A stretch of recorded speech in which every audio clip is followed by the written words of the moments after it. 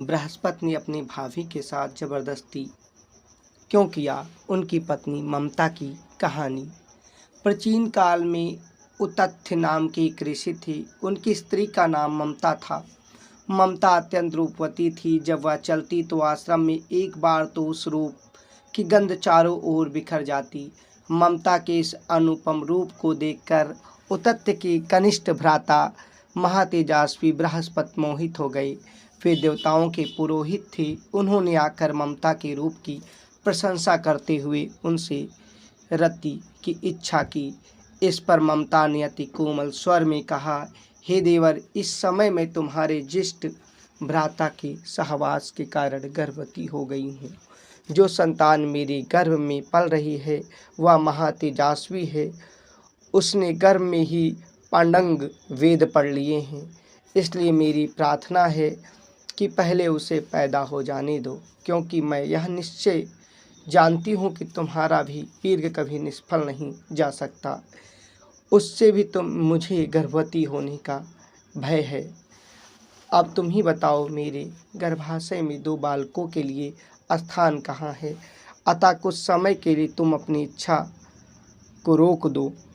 लेकिन बृहस्पति तो काम क्रीड़ा में बहुत अधिक लीन थे और उनकी व्याकुलता संभल नहीं रही थी। वे किसी भी हालात में प्रतीक्षा करने के लिए तैयार नहीं थे। ममता का रूप बार बार उनके हृदय में कसक उठाता था। उन्होंने ममता की बात ना मानकर उसके साथ रमण करना चाहा।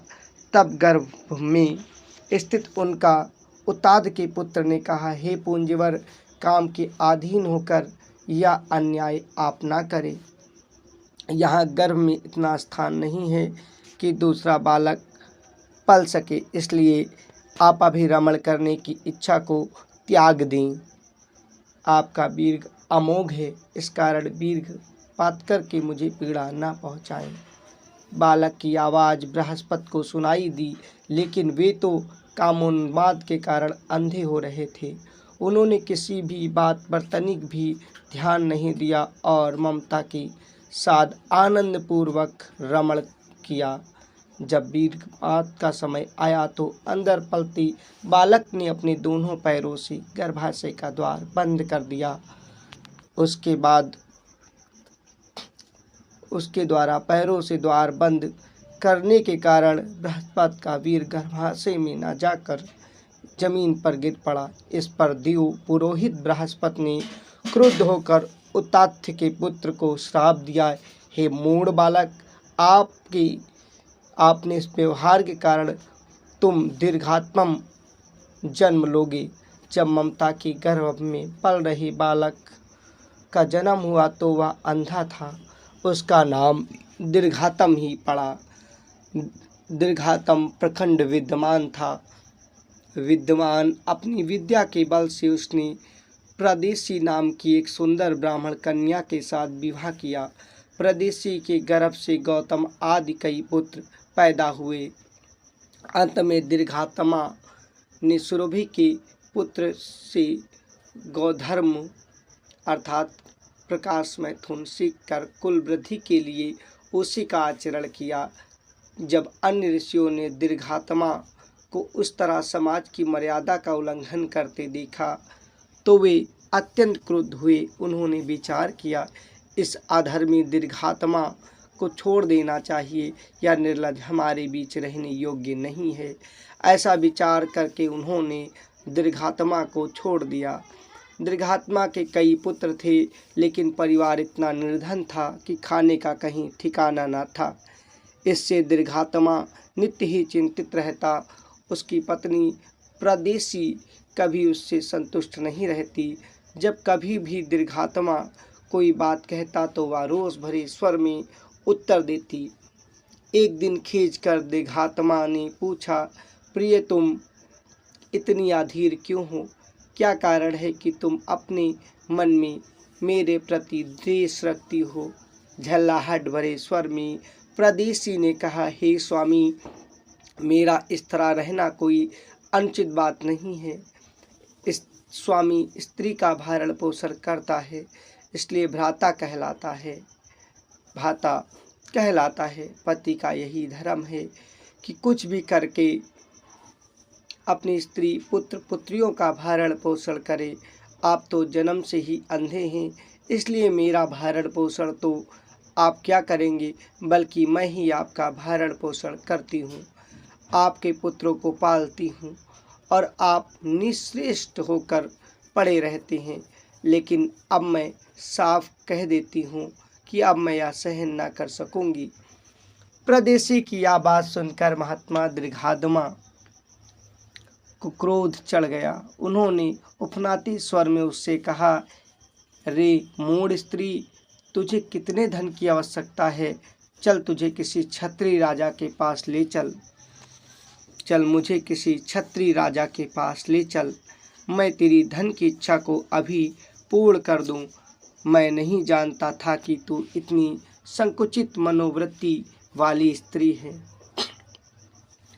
दीर्घात्मा की क्रोधवाणी सुनकर प्रदेशी ने भी रोष से भरकर कहा, हे विप्र, मुझसे मिला हुआ धन कष्टकारक ही होगा, इसलिए मुझे आवश्यकता नहीं है।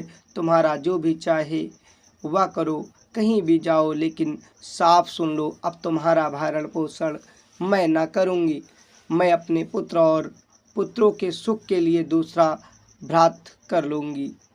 दूसरे पति की बात सुनकर दीर्घात्मा को और अधिक क्रोध आया।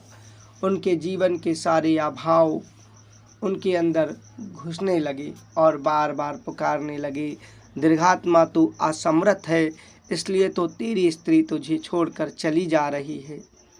तो उसे जीवन का सुख नहीं दे सकता तो फिर उस पर तेरा अधिकार ही क्या है?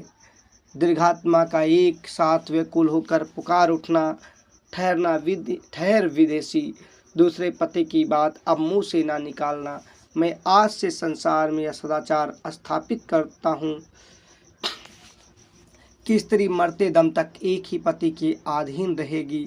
पति के मरने पर या उसके जीते जी स्त्री अन्य पुरुष को कभी स्वीकार न कर सकेगी। जो स्त्री इस मर्यादा का उल्लंघन करेगी वो पतित समझी जाएगी। पतिहीन स्त्री जीवन पग पग पर कष्ट से भरा बीतेगा। पतिहीन स्त्रियां सब प्रकार के भोग उपस्थित रहने पर भी भोग न कर सकेगी। वे सदा अपयश और निंदा की भागी होंगी। दीर्घात्मा कहते ही चला जा रहा था और विदेशी सुनकर असहाय हो उठी। उसने पुकारा, कहा, हे विप्र, अब आगे कुछ ना बोलना। और उसी समय उसने क्रोध में आकर अपने पुत्रों की आज्ञा दी कि वे संधे को गंगा की धारा में बहा दें। गौतम आदि पुत्रों ने अंधे दीर्घात्मा को गंगा की धारा में तुरंत बहा दिया। दीर्घात्मा बहता बहता काफ़ी दूर गया। जब वह बहता हुआ चला जा रहा था तो बलि नाम के धार्मिक राजा नदी में स्नान कर रहे थे। उन्होंने उसे बहता देखकर नदी से बाहर निकाल लिया। उसे अपने घर ले गए। राजा ने दीर्घात्मा का पूरा परिचय प्राप्त किया और फिर प्रार्थना की, हे महात्मा, आप धर्म को जानने वाले मेधावी पंडित है। मेरी इच्छा है आप मेरी रानियों के गर्भ से कुछ धर्मात्मा पुत्र उत्पन्न करें। इससे बढ़कर मेरा और अधिक कल्याण आप ही कर सकते हैं। दीर्घात्मा ने बलि की बात मान ली। जब राजा ने अपनी स्त्री सुदेशड़ा के पास जाकर अपना सारा तात्पर्य कहा, रानी ने राजा की बात को अस्वीकार किया। लेकिन बूढ़े और अंधे दीर्घात्मा को देखकर उसके हृदय में उस महर्षि के प्रति घृणा जाग उठी। वह स्वयं सहवास के लिए तैयार लिए नहीं गई और उसने अपनी दासी को उसके पास भेज दिया। दीर्घात्मा की पीर्घ से दासी के गर्भ से काक्षीवान आदि 11 वेद पाठी पुत्र उत्पन्न हुए। जब सभी पुत्र कुछ बड़े हो गए तो एक दिन राजा बलि ने कौतूहलवश दीर्घात्मा से पूछा, हे ब्राह्मण, क्या ये 11 बालक मेरे ही पुत्र हैं? दीर्घात्मा ने कहा, नहीं राजन, ये मेरे पीर्घ से शूद्र योनि में उत्पन्न बालक हैं।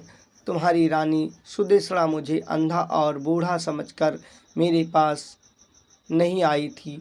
उसने अपने दासी को भेज दिया। उसी के गर्भ से मैंने इन बालकों की उत्पत्ति की है।